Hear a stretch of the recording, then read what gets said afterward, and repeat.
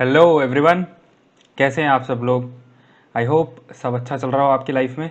नहीं चल रहा है तो हो जाएगा, कोई प्रॉब्लम नहीं है। तो आपका स्वागत है इस कोर्स में जिसका नाम है भारत की आंतरिक सुरक्षा की मुख्य चुनौतियाँ, सिक्योरिटी चैलेंजेस फॉर इंडिया। कौन से ऐसी सुरक्षा से रिलेटेड चैलेंजेस हैं या फिर आप कह सकते हैं चुनौतियाँ हैं भारत के लिए। ये पहला लेक्चर है हमारा, ये एक इंट्रोडक्शन रहेगा। इसमें हम एक संपूर्ण तरीके से देखने की कोशिश करेंगे कि क्या क्या चैलेंजेस हैं, क्या क्या इश्यूज़ हैं, क्या क्या चुनौतियां हैं। देखिए, हमारे लिए जानना बहुत ज़रूरी हो जाता है कि भारत के लिए कौन से विभिन्न प्रकार की चुनौतियां हैं। पहली बात तो ये। फिर दूसरा, हमें ये भी समझना है कि वो क्यों हो रही हैं वो चीज़ें, मतलब उसके पीछे के रीज़न क्या हैं, फैक्टर्स क्या हैं, वजहें क्या हैं। उसके बाद हमें ये देखना है कि उनका असर क्या होता है। ठीक है।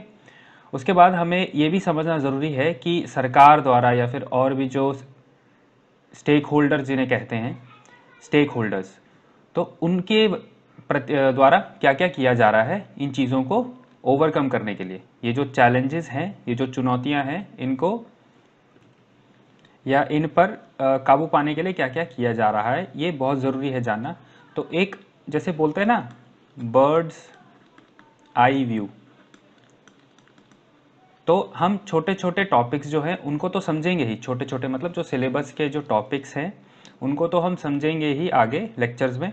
लेकिन इसमें क्या है, हम एक संपूर्ण तरीके से समझने की कोशिश करते हैं उन सारी चीज़ों को एक साथ, ताकि हमारे पास एक बर्ड्स आई व्यू आ सके एक पूरे इस सिक्योरिटी जो सुरक्षा का जो चैलेंज है उसको समझने में। तो ये जो लेक्चर है, इस लेक्चर में मैं आपसे काफ़ी सारे कंसेप्ट्स डिस्कस करूँगा। तो ये थोड़ा सा बड़ा हो सकता है और थोड़ा दिमाग कान खुले रखिए, क्योंकि हम आंखों से भी इतना मिल नहीं पाएंगे, लेकिन जो आपके पास पीपीटी है उससे जितना आप ग्रहण कर सकते हैं करिए। तो इसमें कंसेप्ट से बहुत हम ज़्यादा डील करेंगे। तो चलिए आगे बढ़ते हैं। पहले ये समझ लेते हैं कि आंतरिक सुरक्षा क्या होती है, इंटरनल सिक्योरिटी और एक्सटर्नल सिक्योरिटी क्या होती है। इंटरनल सिक्योरिटी, ये तो देखिए समझना तो बहुत आसान सी बात है। भारत या कोई भी देश, उसके जो बॉर्डर्स होते हैं उसके अंदर की जो सिक्योरिटी है उसको इंटरनल सिक्योरिटी बोलते हैं। और एक्सटर्नल सिक्योरिटी क्या होगी, बाहर के देशों से जो खतरा आ सकता है उससे बचने के लिए या उससे जो इश्यूज आते हैं उसको एक्सटर्नल सिक्योरिटी कहते हैं। मतलब अगर मान लीजिए भारत में जैसे खालिस्तान मूवमेंट है, इंडियन मुजाहिदीन मूवमेंट है, इन सब चीज़ों से बचने के लिए इंटरनल सिक्योरिटी के अंदर रास्ते निकाले जाते हैं। चाइना से लड़ने के लिए, पाकिस्तान से लड़ने के लिए, इन सब से जो खतरे हैं उनसे उन पर काबू पाने के लिए हमें एक्सटर्नल सिक्योरिटी के रास्ते निकालने पड़ते हैं। इंटरनल सिक्योरिटी में देश के अंदर की पीस और ऑर्डर उसको संभाल के रखना होता है। मतलब अंदर की जो शांति है, जो लॉ एंड ऑर्डर है, जैसे एजिटेशंस हो रहे हैं, जैसे दिल्ली में अभी फार्मर्स एजिटेशन हो रहे हैं, तो ये इंटरनल सिक्योरिटी के अंतर्गत आएगा। फिर उसके बाद देश की सॉवरेनिटी को बचा के रखना, उसकी टेरिटरी जो है उसको बचा के रखना। ठीक है, ये सब किसके अंदर आता है, ये सब आता है पुलिस के अंदर, जो पुलिस फोर्स है उसके अंदर आता है। जैसे और इसको सपोर्ट मिलता है सीएपीएफ से।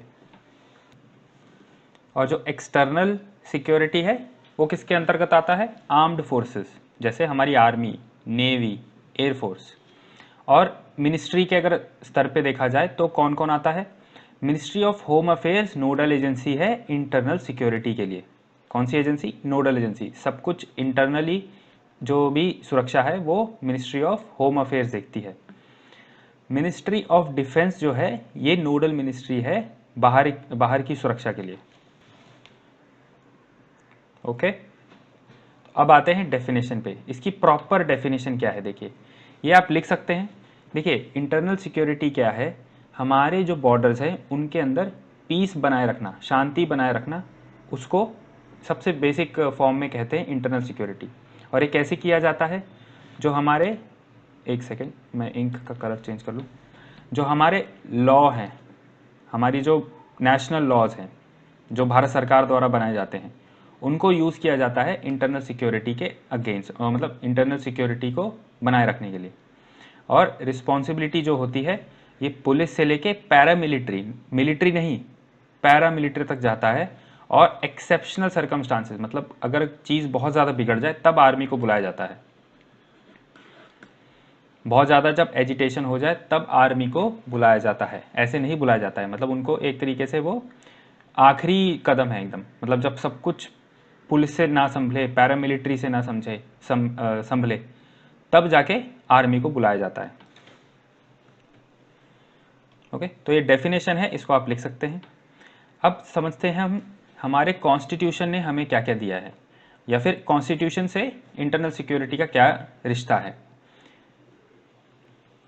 अभी हम जैसे आगे देखेंगे कि भारत की जो आंतरिक सुरक्षाएं हैं, उसका जो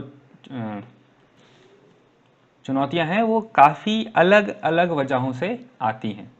जैसे हमारी जो हिस्ट्री है उससे भी आता है, जैसे ब्रिटिशर्स थे ना, हम एक कॉलोनी थे, तो उस वजह से भी आता है। फिर हमारी ज्योग्राफी कुछ ऐसी है, जैसे हमारे नेबर्स है ना, पहाड़ हैं हमारे नॉर्थ में, तो उससे भी खतरा होता है। हमारी पॉपुलेशन बढ़ रही है, हमारे यहाँ सोशियो इकोनॉमिक, मतलब जैसे पॉवर्टी बढ़ रही है, अनएम्प्लॉयमेंट बढ़ रहा है। तो ये सब काफ़ी सारी चीज़ें हैं जो एकदम, मतलब कैसे कह सकते हैं कि एक सूप बन गया, अब मिक्स वेज बोल सकते हैं आप इसको। तो बहुत सारे वजहों की वजह से हमारे यहाँ इंटरनल सिक्योरिटी का प्रॉब्लम आता है। अब देखिए कॉन्स्टिट्यूशन में पब्लिक ऑर्डर और जो पुलिस, ये जो कीवर्ड्स हैं, ये 7th शेड्यूल में लिस्ट 2 में है। मतलब ये स्टेट लिस्ट में आते हैं। किस में आते हैं? स्टेट लिस्ट में। Just a second. Okay, state list के अंतर्गत आते हैं। अब देखिए इंटरनल सिक्योरिटी के लिए स्टेट्स के पास एक्सक्लूसिव पावर है, मतलब जो सेंटर है, जो यूनियन गवर्नमेंट है, वो उसके ऊपर कुछ नहीं कर सकती। ठीक है, और ये किसके लिए है? लॉज बनाने के लिए। ओके, तो नॉर्मल, जब कोई नॉर्मल सर्कमस्टांसेस होते हैं तो उसके अंदर स्टेट्स रिस्पॉन्सिबल हैं इंटरनल सिक्योरिटी के लिए उनके जूरिस्डिक्शन में। मतलब महाराष्ट्र का जो स्टेट है वही अपनी जिम्मेदार रहेगा, ऐसा नहीं है कि बिहार आके हेल्प करेगा उसको, नहीं। ओके, तो ये ध्यान रखना। अब यूनियन गवर्नमेंट के लिए क्या कहता है कॉन्स्टिट्यूशन? कॉन्स्टिट्यूशन ये कहता है कि यूनियन की जो एक जिम्मेदारी रहेगी स्टेट्स को बचा के रखना है। किससे? एक्सटर्नल एग्रेशन से। जैसे बाहर से अगर पाकिस्तान अटैक कर दे, या चाइना अटैक कर दे, या बांग्लादेश अटैक कर दे, इन चीज़ों से। और इंटरनल डिस्टर्बेंसेस भी हैं कुछ कुछ, वो आपको पता होंगे, पॉलिटी में आपने पढ़े होंगे, तो उनसे बचाना है स्टेट्स को। और ये भी है, ये तो चलो प्योर पॉलिटी हो गया, एकदम पॉलिटी का कंसेप्ट हो गया कि स्टेट की जो गवर्नेंस है वो कॉन्स्टिट्यूशन के अकॉर्डिंग चलती रहे, नहीं तो क्या होगा, प्रेसिडेंशियल रूल आ जाता है, ये आपको पता होगा, है ना। फिर उसके बाद एक और इसमें प्रोविज़न है कॉन्स्टिट्यूशन में कि अगर बहुत बड़ा खतरा हो, कॉन्स्टिट्यूशन में वर्ड यूज़ किया गया इमिनेंट, मतलब एकदम से अभी होने वाला है ना, तो इसके लिए भी सरकार इमरजेंसी ला सकती है अगर सिक्योरिटी इंडिया की वॉर से या आर्म्ड रेबिलियन से थ्रेटन्ड हो। मतलब अगर आंतरिक सुरक्षा को इससे खतरा हो तो इमरजेंसी लाई जा सकती है यूनियन गवर्नमेंट द्वारा। अब आते हैं क्लासिफिकेशन ऑफ थ्रेट, मतलब खतरे जो हैं आंतरिक सुरक्षा को, उनका वर्गीकरण किया जाए। तो देखिए इंटरनल सिक्योरिटी जो है उसको मैनेज करना बहुत मुश्किल काम है, क्योंकि भारत में बहुत सारे फैक्टर्स अलग अलग हैं। जैसे मैंने आपको बताया, ज्योग्राफी, हिस्ट्री हमारी, फिर हमारी इकोनॉमिक जो डेवलपमेंट है वो भी काफ़ी ऊपर नीचे है, मतलब हमारे यहाँ गरीब बहुत ज़्यादा लोग हैं। फिर हमारे जो कल्चर है उसकी वजह से भी खतरे आते हैं। तो काफ़ी सारे ऐसे फैक्टर्स हैं। ओके, तो कौटिल्य ने इनका वर्गीकरण किया था, internal, external, internally aided external, externally aided internal. कैसे? मतलब अगर हिंदी में हम इनको एक बार पढ़ लें तो इंटरनल मतलब आंतरिक, एक्सटर्नल मतलब बाहर से, इंटरनली एडेड एक्सटर्नल मतलब आंतरिक मतलब आंतरिक मदद से या आंतरिक सहायता से बाहर से अटैक होना। एक्सटर्नली एडेड इंटरनल मतलब बाहर से सहायता प्राप्त होकर आंतरिक सुरक्षा को खतरा। ओके। और अब बात यह है कि भारत की आंतरिक सुरक्षा को इन सब से एक तरीके से चारों प्रकार से खतरा है, चारों से। क्योंकि देखिए अभी पहले तो हमारा जो बाहर का इन्वायरमेंट है, जैसे हम कह सकते हैं कि श्रीलंका हो गया, पाकिस्तान हो गया, है ना, ये मैं बाहर वाले की बात कर रहा हूँ। इंटरनल में तो हम बात करेंगे डिटेल में। बाहर वाले कैसे, देखो श्रीलंका, पाकिस्तान, बांग्लादेश, इनका हमारे इंटरनल सिक्योरिटी से इनडायरेक्ट लिंक है काफ़ी ज़्यादा। ये हमारे सिलेबस में नहीं है, बट हाँ हम इसको फिर भी पढ़ेंगे कि हमारे नेबरहुड में, मतलब ये डायरेक्टली एक्सटर्नल थ्रेट हमारे सिलेबस में नहीं है, लेकिन इनसे जो इंटरनल सिक्योरिटी को खतरा है वो हम ज़रूर देखेंगे। तो आजकल की जो इंफॉर्मेशन एज है उसकी वजह से काफ़ी सारे खतरे जो हैं इन देशों से आते हैं या इन देशों के थ्रू आते हैं। जैसे म्यांमार का आप ले सकते हैं, है ना, वहाँ से इंसर्जेंट्स जो आते हैं, वहाँ से जो क्रॉस बॉर्डर, एक तरीके से आप टेररिज्म कह सकते हैं। फिर इंटरनली एडेड एक्सटर्नल मतलब भारत देश के अंदर से कोई चाइना की या पाकिस्तान की हेल्प करे अटैक करने में। एक्सटर्नली एडेड इंटरनल जैसे चाइना, पाकिस्तान या कोई और स्टेट वो सपोर्ट करे भारत के अंदर जो मूवमेंट्स चल रही हैं, जैसे माओइज्म या LWE। तो ये जब बाहर से अंदर में इसको सपोर्ट करते हैं तो ये भी एक थ्रेट हो जाता है।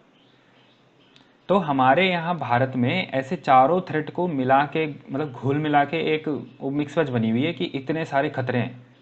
तो हम इससे क्या हो रहा है, पहले तो ये देखो, जैसे एक एग्जांपल मैं अगर आपको दूं तो वर्ल्ड वॉर 2 के बाद काफ़ी सारे जो कंट्रीज़ थे वो टूट गए थे, और उसमें से काफ़ी सारे जो थे, मैक्सिमम जो थे 70 से 80% जो देश थे वो इसलिए टूट गए क्योंकि उनके अंदर की जो सिक्योरिटी थी वो उनसे मैनेज ही नहीं हुई, क्योंकि सिविल वॉर्स हो गए काफ़ी सारे, उनका कॉन्स्टिट्यूशन चला ही नहीं, सिविल वॉर्स हो गए, काफ़ी सारा वायलेंस हुआ गवर्नमेंट के खिलाफ। तो ये सब चीज़ें जब हुई तो वो स्टेट ही टूट गए वर्ल्ड वॉर 2 के बाद। ओके। तो काफ़ी सारा जो रीज़न है स्टेट्स के टूटने का वो इंटरनल सिक्योरिटी ही होता है। जब आप अंदर से कमज़ोर हो तो आप बाहर से कैसे लड़ोगे, सीधी सी बात है, लोग फ़ायदा ही उठाएंगे ना। जब आपकी नींव ही कमज़ोर हो तो आप क्या करोगे। तो इसीलिए ये खतरे बहुत बढ़ रहे हैं, और अब खतरों की वजह से सबसे बड़ा पंगा क्या हो रहा है कि हमारे देश की जो डेवलपमेंट है, जो प्रगति है वो रुक रही है, विकास रुक रहा है। इसीलिए अब ये सेंट्रल गवर्नमेंट, मतलब केंद्रीय सरकार, उसके लिए ये एक बहुत बड़ा एक फोकस बन गया है कि हाँ इसको अभी हमें निपटाना ही है, इसको हमें जल्दी से सॉल्व करना ही है। और अब ये कैसे किया जाएगा, सबसे ज़रूरी बात है रूल ऑफ लॉ। कहाँ लिखूँ मैं, रूल ऑफ लॉ। ये सबसे ज़्यादा एक महत्वपूर्ण पार्ट है नेशनल सिक्योरिटी को बचा के रखने के लिए, और इसी से गुड गवर्नेंस भी आएगी। अभी हम जैसे आगे के लेक्चर्स में पढ़ेंगे कि गवर्नेंस की वजह से, या जो सरकार है उसने अपने वादे पूरे नहीं किए कई चीज़ों में, उस चक्कर में भी काफ़ी सारे इश्यूज उठे हैं इंटरनल सिक्योरिटी के लिए, काफ़ी सारे खतरे उठे हैं। ठीक है, तो ये चीज़ है। तो रूल ऑफ लॉ बहुत ज़रूरी है और गुड गवर्नेंस भी बहुत ज़रूरी है, और ये दोनों एक तरीके से लिंक्ड हैं। अगर एक रहेगी तो दूसरा होता है, दूसरा रहेगा तो पहला होता है। चलिए आगे बढ़ते हैं। एट्रीब्यूट्स ऑफ इंटरनल सिक्योरिटी, जो आंतरिक सुरक्षा है उसके एट्रीब्यूट्स क्या हैं, एक तरीके से इनको अवयव बोलते हैं, है ना। तो इंटरनल सिक्योरिटी के अवयव क्या हैं, देखिए पहले तो यह है कि हमारी जो टेरिटोरियल इंटेग्रिटी है, मतलब हमारी जो अखंडता है देश की, उसको हमें बना के रखना है, तभी तो इंटरनल सिक्योरिटी होगी। अगर देश ही टूट जाएगा तो फिर काहे की इंटरनल सिक्योरिटी होगी, है ना। फिर हमें अपना जो देश, अपने जो देश है, भारत देश है, उसके अंदर हमें शांति बनाए रखनी है, अंदर की शांति, डोमेस्टिक पीस। अगर वो बना के रखेंगे तो क्या होगा, रूल ऑफ लॉ भी मेंटेन रहेगा, गुड गवर्नेंस भी होगी, जैसे मैंने आपको बताया। फिर लॉ एंड ऑर्डर रहना चाहिए, जो कानून है उसको लोग फॉलो करें, हमें ऐसी स्थिति लानी होगी। अगर वो लोग फॉलो करेंगे कानून को तभी तो गवर्नेंस रहेगी, तभी तो रूल ऑफ लॉ रहेगा, तभी तो शांति बनी रहेगी। तो ये सब लिंक्ड है, ये सब कोई ऐसा नहीं कि ये अलग स्टेप है ये अलग स्टेप है, नहीं। ये सब स्टेप्स जो होते हैं ना, ये एक दूसरे को एक तरीके से मिक्स करते हैं, मतलब एक दूसरे को फीड करते हैं। जैसे अगर ये एक लॉ एंड ऑर्डर है, ये शांति बनाए रखना है, तो ये ऐसे ही चलता है काम। और फिर ये किसी और से भी जुड़ा होगा, जैसे क्या हमारी जो आंतरिक अखंडता है बेसिकली, या फिर सीमाएं जो हैं उसकी अखंडता जो है वो बना के रखें, तो वो उससे जुड़ा होगा। तो ये सब क्या है, एक दूसरे से जुड़े हुए हैं। फिर आया रूल ऑफ लॉ और इक्वालिटी होनी चाहिए, है ना, कि मतलब सारे जो हैं वो इक्वल होने चाहिए, भेदभाव कुछ नहीं होना चाहिए लोगों के प्रति। मतलब ऐसा नहीं है कि अमीर को सज़ा नहीं मिल रही है, गरीब को ही सज़ा मिल रही है, और ऐसा होता भी है। लेकिन ये क्या, यही तो इशू है कि भारत एक विकासशील देश है, तो ये सब तकलीफ़ें आती ही आती हैं। लेकिन उनको ये तो नहीं है कि आप लगा के रखें, उनको जल्दी से हटाइए फिर, है ना। तो कानून को फॉलो करना चाहिए, कानून के अनुसार लोगों को चलना चाहिए, लोगों में डर नहीं होना चाहिए किसी चीज़ से, है ना। लोगों को डर से मुक्ति मिलनी चाहिए, क्योंकि देखो जो हमारा कॉन्स्टिट्यूशन है, जो संविधान है, उसने इंडिविजुअल फ्रीडम सबको दी है, कि हर एक व्यक्तिगत उस तौर पे सब फ्री है, सब लोग को फ्रीडम है, काफ़ी सारी फ्रीडम है। लेकिन ऐसा भी नहीं है कि एब्सोल्यूट फ्रीडम हो। अभी आपको पता होगा कि पॉलिटी में एब्सोल्यूट फ्रीडम नहीं मिलती, है ना, फंडामेंटल राइट्स में। आखिरी पॉइंट ये है कि हमें को एग्जिस्टेंस चाहिए, मतलब एक दूसरे के साथ हम मिल बांट के रहें, शांति पूर्वक रहें, है ना। और सबसे एक बहुत इंपॉर्टेंट है इंडिया के लिए, कम्युनल हार्मनी, सांप्रदायिकता, एक तरीके से शांति होनी चाहिए, मिल बांट के लोग रहें। तेरा मेरा तो होता ही है, लेकिन इतना भी ना हो कि मार काट पे लोग उतर आएं। राइट, आई होप ये समझ में आया हो एट्रीब्यूट्स। अभी आगे बढ़ते हैं मेजर चैलेंजेस पे, मतलब मुख्य चुनौतियां जो है इंटरनल सिक्योरिटी के। देखो अभी हम इनको बहुत ही शॉर्ट में देखेंगे, बहुत ही ब्रीफ में देखेंगे, उसके बाद बहुत ही संक्षेप में देखेंगे, मतलब, और उसके बाद जैसे जैसे लेक्चर्स आएंगे हम एक एक टॉपिक के साथ उसको पूरा डेप्थ में डील करेंगे, ठीक है। तो देखो क्या हुआ कि जब हमारे यहाँ, जब हमारी इंडिपेंडेंस आई, स्वतंत्रता जब आई, तो उसके साथ हमारे पास काफ़ी सारी समस्याएं आई उससे जुड़ी हुई। जैसे जम्मू कश्मीर में, है ना, देखा जाएगा तो उसमें जब हमारे यहाँ जुड़ा हमारे साथ, उसका जो एसेशन हुआ, है ना, भारत में जब वो जुड़ा, तो इसके साथ बहुत सारी प्रॉब्लम्स आई इंटरनल सिक्योरिटी से रिलेटेड। ओके, काफ़ी सारी इश्यूज आई इंटरनल सिक्योरिटी से लेकर जुड़कर एसेशन के बाद। पार्टीशन के बाद जैसे आपको पता होगा कि काफ़ी सारे लोग यहाँ से वहाँ, है ना, भारत से यहाँ, यहाँ से पाकिस्तान, तो उस चीज़ से भी बहुत ज़्यादा नुकसान हुआ लोगों का, बहुत लोग मरे, बहुत ब्लड शेड हुआ। उसमें एक बीमारी पैदा हो गई, कम्युनल बीमारी। इससे इतना ज़्यादा मतलब कम्युनलिज्म पैदा ही हो गया भारत में, और पहले तो तब गया था थोड़ा सा, लेकिन इंडिपेंडेंस के बाद और आ गया। लेकिन हम अब ये भी हमें उम्मीद थी कि जैसे जैसे हम आगे बढ़ेंगे, जैसे जैसे हम एक इंडिपेंडेंस देश से आगे बढ़ेंगे, हमारी प्रोग्रेस होगी, उसके बाद ये सब चीज़ें कम हो जाएंगी। लेकिन उल्टा ही हो गया कि भारत में लिंग्विस्टिक बेसिस पे, मतलब भाषा के बेसिस पे भी पार्टीशन होने लगे, जैसे 1956 में हुआ था, है ना। और वो किस लिए हुआ था, ताकि जो भारत की आंतरिक सुरक्षा है, जो उसकी अखंडता है, वो बनी रहे। फिर 1950s में अगर आप और देखें तो नॉर्थ ईस्ट जो है उसमें भी बहुत इश्यूज आए। जैसे कि 1954 में अंगामी जापू फिज़ो जो थे, उन्होंने रिवॉल्ट खड़ा कर दिया नागालैंड में, और फिर वही चीज़ फैलने लग गई मिज़ोरम में, मणिपुर में, त्रिपुरा में।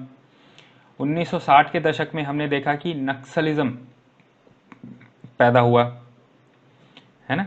लेकिन देखो क्या होता है कि जैसे स्वतंत्रता के बाद भारत ने अपने आप को बनाना शुरू किया, है ना, एक सच्चे सेंस में, कि भारत उसके बाद बनना शुरू हुआ। उसके बाद भारत में सरकार ने काफ़ी कोशिश की कि इंक्लूसिव ग्रोथ लाई जाए,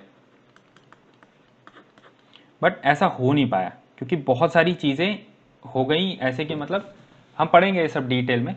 तो डेवलपमेंट जो है वो हो नहीं पाई, उसकी वजह से काफ़ी सारी अनएम्प्लॉयमेंट आ गई, पावर्टी आ गई।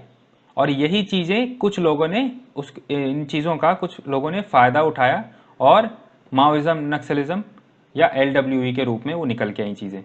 इसलिए ये इतनी ज़्यादा बढ़ गई थी कि 2006 में जो प्राइम मिनिस्टर हमारे थे मनमोहन सिंह जी, उन्होंने कहा था कि ये देश की आंतरिक सुरक्षा के लिए सबसे बड़ा चैलेंज है लेफ्ट विंग एक्सट्रीमिज्म।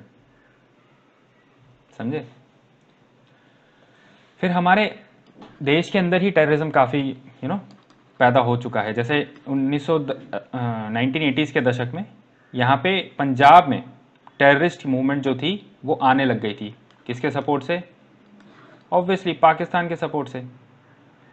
फिर मिलिटेंसी कश्मीर में आने लग गई 1990s के आसपास। तो उससे क्या हो गया, फिर वो धीरे धीरे और बढ़ने लग गई। फिर इंडियन मुजाहिदीन आने लग गया, है ना। 2000 के दशक में आप लगा सकते हैं इनका ये पैदा हुए। तो इतनी सारी चीज़ें जब हो रही हैं तो सिक्योरिटी को तो खतरा हो गई। और पाकिस्तान तो और कुछ मतलब कोई भी मौका छोड़ता नहीं है, उसको तो डेथ विद 1000 कट्स उन्होंने फेमसली बोल रखा है ना कि भारत को 1000 ऐसे छोटी छोटी खरोंचे मार के गिराएंगे। तो और इन्हीं की वजह से तो 26/11 का टेररिस्ट अटैक हुआ था। तो इसी वजह से सरकार जो है, केंद्रीय सरकार ने काफ़ी सारे एंटी टेररिज्म चीज़ें लाई हैं। फिर हम आते हैं ऑर्गेनाइज क्राइम पे और टेररिज्म पे। अब देखिए, दूसरे देशों से आने वाले जो टेररिस्ट हैं, जो क्रिमिनल्स हैं, जो बड़े बड़े माफियाज होते हैं, उन्होंने इंटरनेशनल टेररिज्म को और सपोर्ट किया है। कैसे? देखिए, ये जो क्रिमिनल्स होते हैं ये ऑर्गेनाइज क्राइम में होते हैं, उन्होंने टेररिज्म को सपोर्ट करना शुरू कर दिया। कैसे? फंड देके। और ये फंड कहाँ से आता है? स्मगलिंग से आता है, ड्रग से आता है, फिर जो फेक इंडियन करेंसी नोट्स होते हैं उनके थ्रू आता है। और ये क्या क्या करते हैं? हमारे ही देश से पैसा निकाल के हमारे देश में मतलब क्राइम करके और फिर हमारे ही देश के खिलाफ ही टेररिज्म को पैसा देते हैं।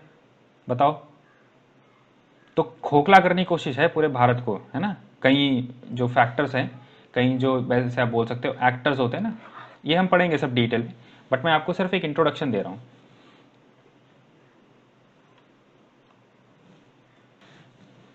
अब आते हैं नेक्स्ट, जो है सांप्रदायिकता, कम्युनलिज्म। अब देखिए, कम्युनलिज्म भी एक तरीके से डिसऑर्डर ही हो गया इंडिया के लिए, बहुत बड़ी बीमारी हो गई है। और ये ब्रिटिश देश से ही आ रहा है। जैसे आपको पता होगा डिवाइड एंड रूल वो खेलते थे और वो चलता ही आ रहा है, पार्टीशन से ही चलता आ रहा है। जो ये एक घृणा और एक जो घिन्न की जो भावना है, ये अब दिमाग में बैठ गई है भारतीय इंसान के दिमाग में ये चीज़ें बैठ गई हैं। और क्या हो रहा है, ये तो पहले तो दिमाग में बैठ गया। दूसरा, पॉलिटिक्स की वजह से ये चीज़ें मर नहीं रही हैं, ये चीज़ें ख़त्म नहीं हो रही हैं, इनको यूज़ किया जा रहा है और पॉलिटिक्स खेली जा रही है, वोट बैंक्स। अब होता क्या है, इसकी वजह से जो माइनॉरिटी रिलीजन्स हैं, आपको पता होंगे कौन से हैं, माइनॉरिटी रिलीजन्स जो हैं उनको खतरा लगता है अपनी एग्जिस्टेंस के लिए, और वो सोचते हैं कि भारत हमारा नहीं है। ऐसी फीलिंग आती है, कई जगह आती है। सच्चाई है ये, कड़वी बात है लेकिन सच्चाई है ये। अब आते हैं कास्ट एंड एथनिक टेंशन्स पे। ये तो आपको पता होगा, जाति के ऊपर तनाव जो आ जाते हैं, वो चीज़ें हैं ये। अब कास्ट, जैसे पंचायत बन गई हैं, है ना, वो हमें ले गई हैं मेडिवल टाइम्स में। मतलब हम जी रहे हैं 2020 में, मॉडर्न टाइम्स में। वो उनके जो काम होते हैं वो होते हैं 1700 के, 1400 टाइम के। औरतें ये नहीं करेंगी, औरतें वो नहीं करेंगी। समझ रहे हो आप? खाप पंचायत, आपको पता ही है ये सब, ये तो इसमें मुझे कुछ बताने की ज़रूरत नहीं है, ये सोसाइटी वाली चीज़ है। इसी वजह से देखो, याद है आपको नॉर्थ ईस्ट के जो लोग थे वो एकदम ट्रेन में कैसे भागे थे बैंगलोर से, साउथ से, है ना। और इन चीज़ों में सबसे ज़्यादा पुलिस का टाइम जाता है। इन चीज़ों के जो तनाव हैं इनको सॉल्व तो ये हो नहीं पाते, लेकिन संभालने के लिए सॉल्व क्यों नहीं हो पाते? बिकॉज ये लोगों के नेचर में है, तो सॉल्व होने में काफ़ी टाइम लगेगा। तो जो पुलिस है उसका काफ़ी सारा टाइम, मैक्सिमम टाइम इसी चीज़ में जाता है सॉल्व करने में। बताओ, वो कहाँ से फिर दूसरी चीज़ों पर ध्यान देंगे? फिर हमारे यहाँ रीजनलिज्म भी है, क्षेत्रवाद जिसे कहते हैं। तो उसमें भी देखो अभी काफ़ी सारे कन्फ्लिक्ट्स आने लग जाते हैं, ये स्टेट वो स्टेट। अभी जैसे महाराष्ट्र में चलता है ना son of soil theory, Maharashtra में सन ऑफ सॉइल थ्योरी चलती है। तो इससे क्या हो रहा है, बिहार यूपी के जो माइग्रेंट्स हैं, जो वहाँ जाके काम कर रहे हैं, जो महाराष्ट्र की इकोनॉमी को सपोर्ट कर रहे हैं, उनके खिलाफ ही बातें होती हैं। तो उनको भी ये टेंशन तो होती है ना फिर उनके लाइफ के लिए, है ना। अब ये तो लेटेस्ट चैलेंज ही हो गया है, साइबर सिक्योरिटी बहुत बड़ा चैलेंज बन रहा है। अभी क्या है ना, देखो कन्वेंशनल लड़ाई नहीं होगी गोला बारूद वाली, अभी होगी हैकिंग वाली लड़ाई। हमें टारगेट बनाया जाता है, गवर्नमेंट इंस्टीट्यूशंस को टारगेट बनाया जाता है हमारी इकोनॉमी को तोड़ने के लिए, ठीक है। और ये कैसे हो रहा है देखो एक तो पहले ही भारत में डिजिटल लिटरेसी थोड़ी कम है, थोड़ी क्या बहुत कम है, डिजिटल लिटरेसी काफ़ी कम है। तो इसकी वजह से भी लोगों का बहुत बड़ा फ़ायदा उठाया जाता है। तो ये सब, और सोशल मीडिया आ रहा है, वो सब भी हम देखेंगे। तो उससे कैसे खबर फैलाई जाती है, आपने सब पढ़ा होगा, सब आपको चीज़ें काफ़ी ये पता होंगी। लेकिन एक क्या होता है, एग्ज़ाम में लिखने वाली चीज़ें ना थोड़ी सी डिफ़िकल्ट हो जाती हैं, हमारे दिमाग में तो है लेकिन हम लिख नहीं पाते हैं। तो वही चीज़ें मैं आपको यहाँ पे दूंगा। कई चीज़ें आपको लगेंगी अरे सर ये तो पता ही है, लेकिन जब आप देखोगे ना, लिखने जाओगे, तब आपको पता चलेगा असली डिफ़िकल्टी वहाँ आती है। फिर बॉर्डर मैनेजमेंट पे आते हैं, ये तो आपको पता ही होगा कि हमारे यहाँ मतलब कितना बड़ा बॉर्डर है हमारा, और अगर वहाँ पे, और ये भी है कि उसमें काफ़ी सारे छेद हैं एक तरीके से कि लोग आ जाते हैं।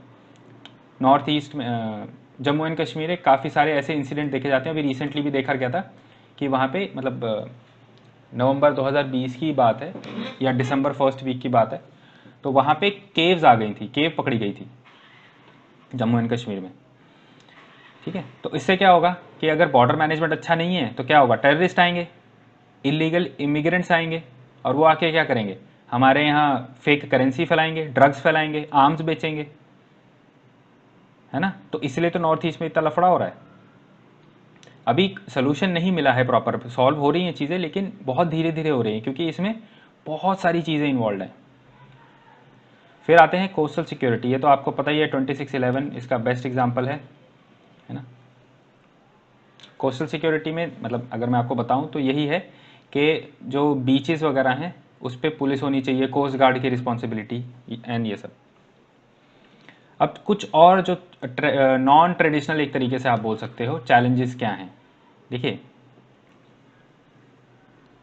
क्लाइमेट चेंज हो गया, वाटर सिक्योरिटी, फूड सिक्योरिटी, महामारी, एनर्जी सिक्योरिटी, फिर गरीबी। तो ये वाटर, फूड, एनर्जी, ये सब संसाधनों की कमी हो गई एक तरीके से, है ना। तो ये अदर चैलेंजेस हैं जो एक तरीके से परंपरागत नहीं होते, मतलब एक तरीके से आप इसको कह सकते हो परंपरागत नहीं है, ये नॉन ट्रेडिशनल हैं। तो इनको भी जानना ज़रूरी होता है, बट ये हम क्या करते हैं, ये अलग अलग सेक्शन में डील हो जाता है, तो इनको ज़्यादा लिया नहीं जाएगा इस लेक्चर्स में। देखो एपिडेमिक्स का एक हो जाता है बहुत important, Covid related.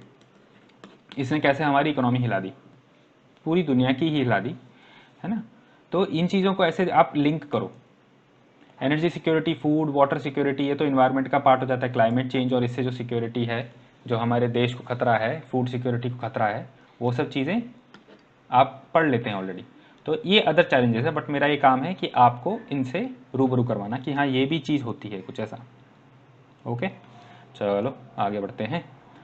Factors responsible, हमारी जो आंतरिक सुरक्षा है वो क्यों हो, उसको खतरे क्यों हैं, उनके लिए जिम्मेदार कौन है एक तरीके से, है ना। जो हमारी समस्याएं हैं उनके लिए जिम्मेदार कौन है भाई, बताओ बताओ, है ना, वो देखते हैं। देखो काफ़ी सारे रीजंस हैं जो एक तरीके से पिछली पीढ़ियों से भी जो चलते आ रहे हैं और जो अभी से पैदा हुए हैं कुछ एक 10-20 सालों में, जो दोनों की वजह से हमें खतरा है। और ये तो हम ऑब्वियसली डील करेंगे डिटेल में जब हम उन स्पेसिफिक टॉपिक्स जब देखेंगे ना, जैसे हम साइबर सिक्योरिटी का टॉपिक देखेंगे, LWE का टॉपिक देखेंगे, तो उसमें और डिटेल में चीज़ें देखेंगे। अभी कैसा है, मैंने जैसे आपको बताया, एक हम बर्ड्स आई व्यू लेंगे, एक संपूर्ण तरीके से चीज़ को समझेंगे, ताकि आपके पास एक होलिस्टिक पर्सपेक्टिव हो चीज़ों का।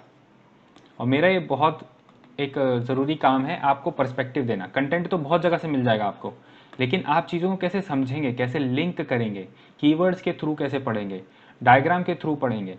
मैं जितनी मेहनत इधर ये डायग्राम बनाने में लगाऊंगा उससे आपको बहुत चीज़ें ऐसे समझ में आ जाएंगी फटाक से।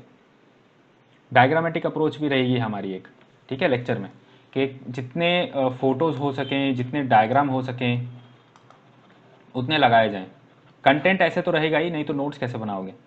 तो जैसे ये चीज़ें हैं, ऐसे आप डायग्राम बना सकते हो, है ना।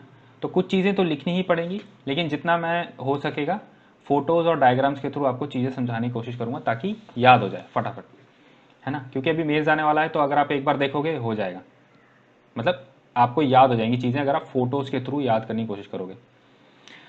तो कौन से फैक्टर हैं जिसकी वजह से, या कौन से ऐसे रीज़न हैं, है ना, उनको देखते हैं। जिम्मेदार क्या है, जिम्मेदार कौन है। तो अभी हम जो देखेंगे ना वो जड़ वाले कॉज हैं, मतलब रूट कॉजेज हैं, ठीक है। बेसिकली इनको आई थिंक बोलते हैं मूल कारण, आई थिंक, है ना।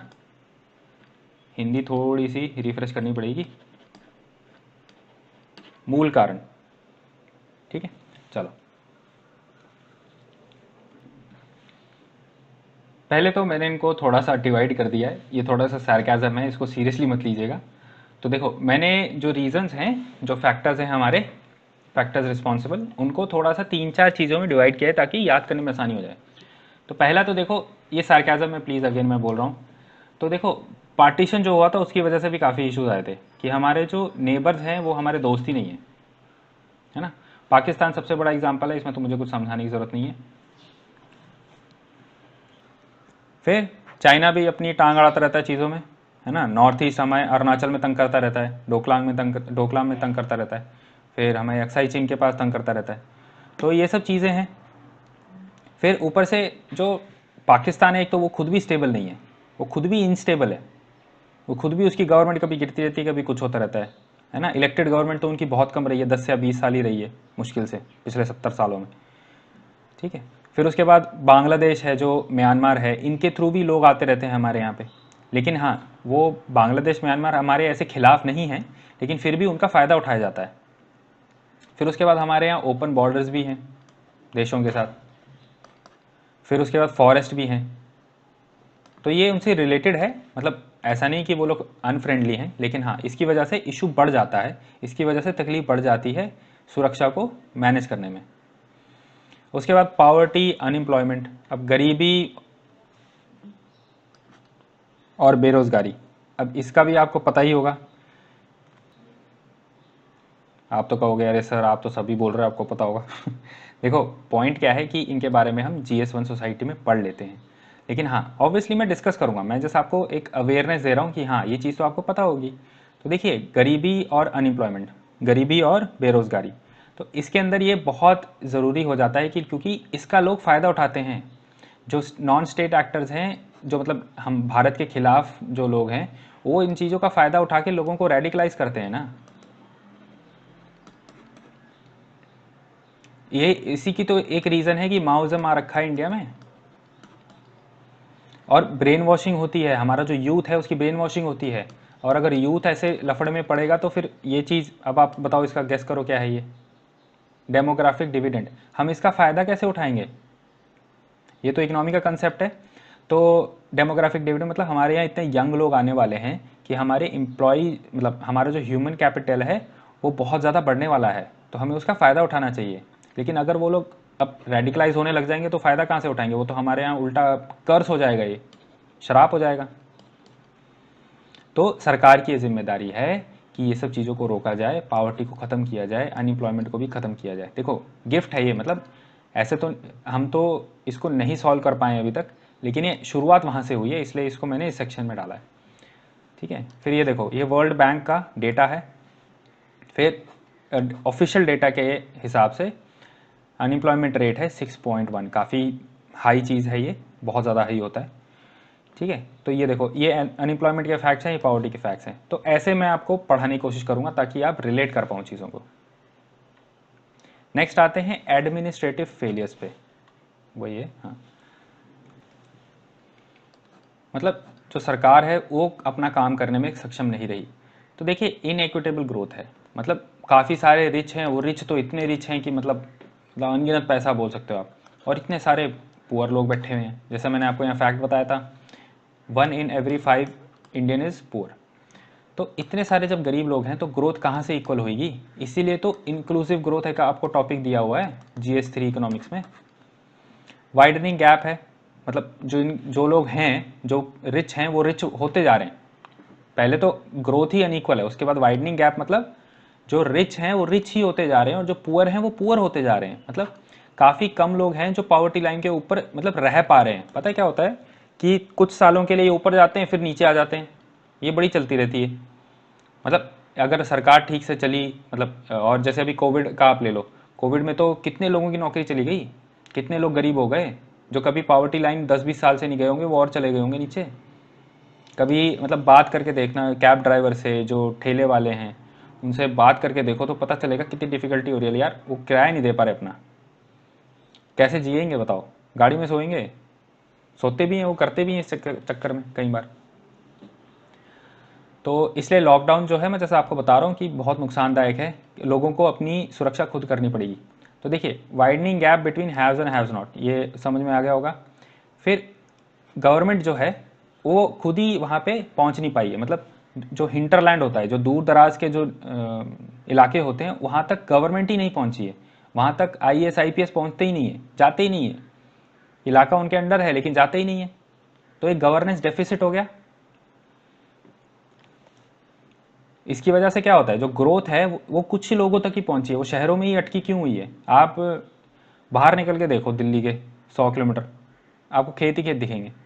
वो तो बात सही है कि वो खेती के इलाके होंगे, लेकिन कई जगह तो बंजर ज़मीन है। बहुत सारी चीज़ें हैं जो सिटी में ही कॉन्सेंट्रेटेड हैं, क्योंकि लोग भी बाहर जाने को तैयार नहीं, है ना। और इसकी वजह से, ये डेफिसिट की वजह से ही लोग रेडिकलाइज होते हैं। काफ़ी सारे जो प्रोटेस्ट होते हैं वो क्यों होते हैं कि जब सरकार अपना काम करने में फेल हो जाती है, तो ये प्रोटेस्ट में से ही लोग उठते हैं जो आप बाद में जाके रेडिकलाइज हो जाते हैं। जम्मू एंड कश्मीर का बहुत मतलब अच्छा एग्जाम्पल है ये।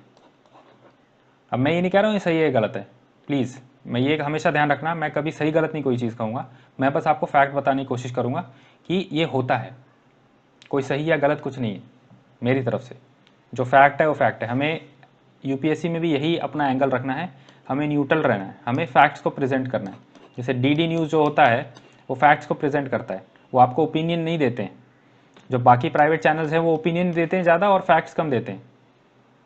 तो आपको न्यूट्रल रहना है, आपको चीज़ें प्रेजेंट करनी है, क्योंकि आपकी एक बहुत बड़ी जिम्मेदारी रहेगी मिनिस्टर्स को गाइड करना। तो अगर आप उनको सही एडवाइस नहीं दोगे, न्यूट्रल एडवाइस नहीं दोगे, आप दोनों तरफ सिक्के के दोनों पहलू नहीं बताओगे, तो पॉलिसी भी तो अच्छी नहीं बनेगी।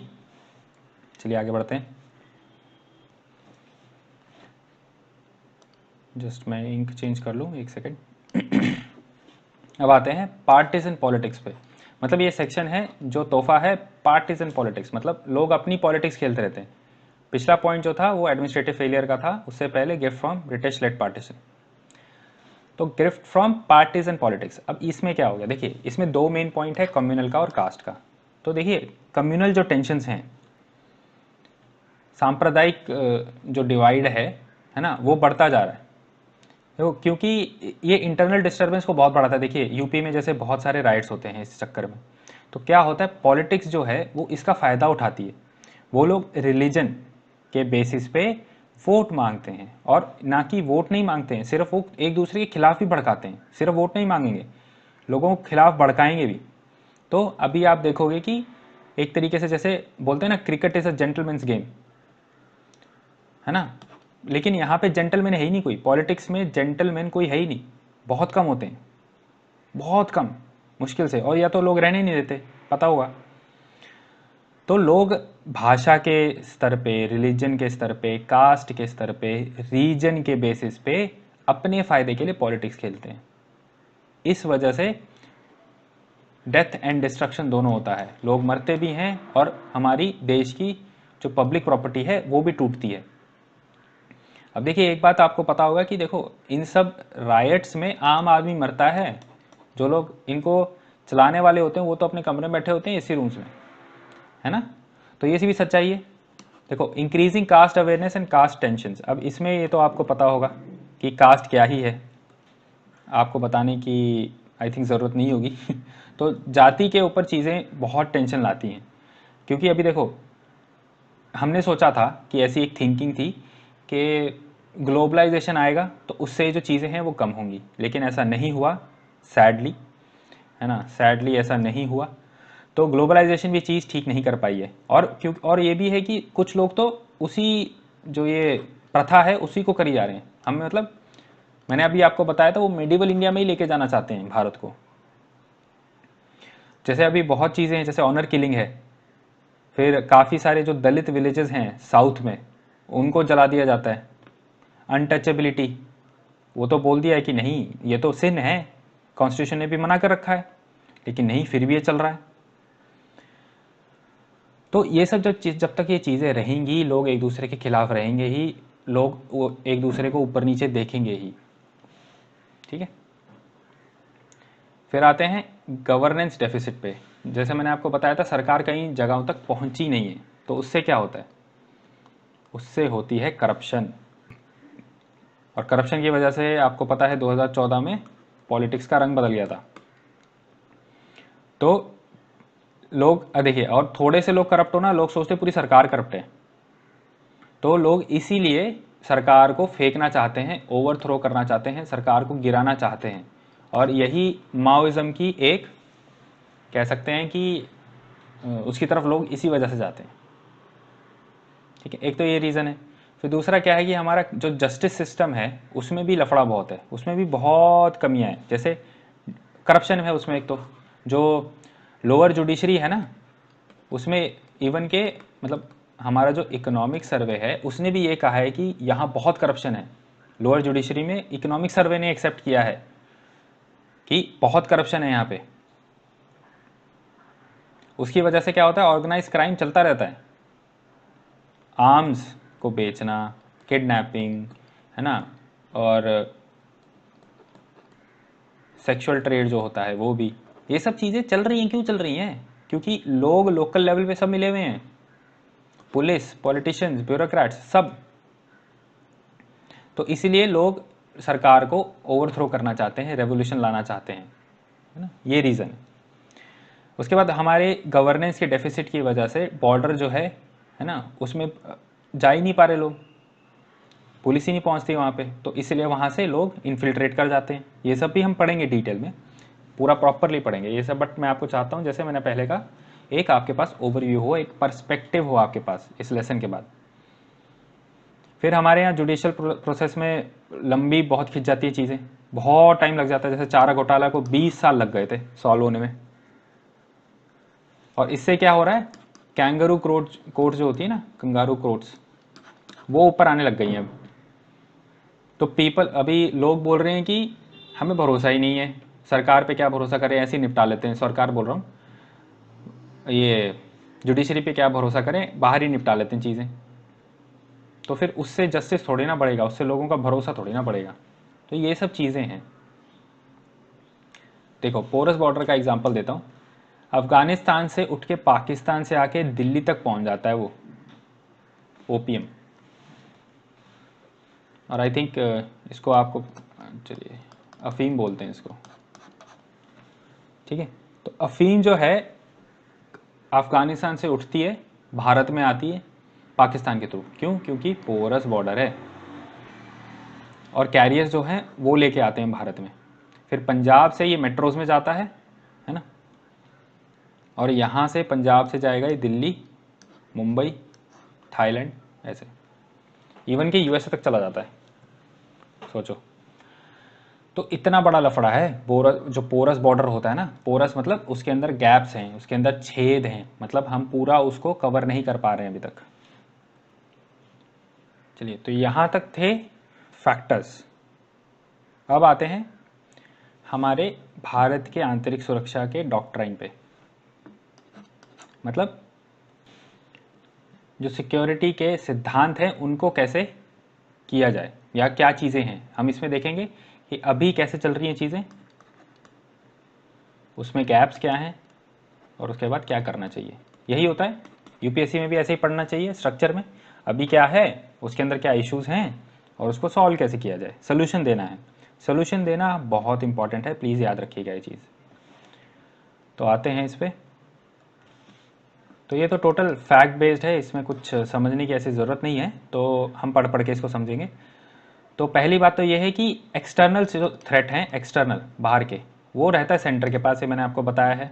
इसके लिए मिनिस्ट्री ऑफ डिफेंस रहती है, फिर मिनिस्ट्री ऑफ होम अफेयर्स रहती है इंटरनल के लिए, और वो कंट्रोल करती है बॉर्डर सिक्योरिटी फोर्स को, ठीक है, आईटीबीपी को, इंडो तिब्बतन बॉर्डर पुलिस, फिर सीआरपीएफ एंड और भी बहुत चीज़ें हम आगे देखेंगे। तो मिनिस्ट्री ऑफ होम अफेयर्स लेकिन ये भी है कि एक्सटर्नल में भी हेल्प करती है, लेकिन इसका प्राइमरी रोल है इंटरनल सिक्योरिटी को प्रोटेक्ट करने के लिए।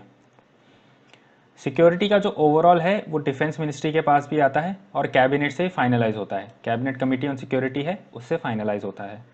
प्राइम मिनिस्टर का बहुत इंपॉर्टेंट रोल है सिक्योरिटी पॉलिसी को बनाने में, और ये नेशनल सिक्योरिटी एडवाइज़र से हेल्प लेते हैं। मतलब जैसे मैंने आपको बताया ना, ब्यूरोक्रेट मिनिस्टर को एडवाइस करता है, वैसे ही जो एनएसए हैं वो एडवाइस करते हैं प्राइम मिनिस्टर को।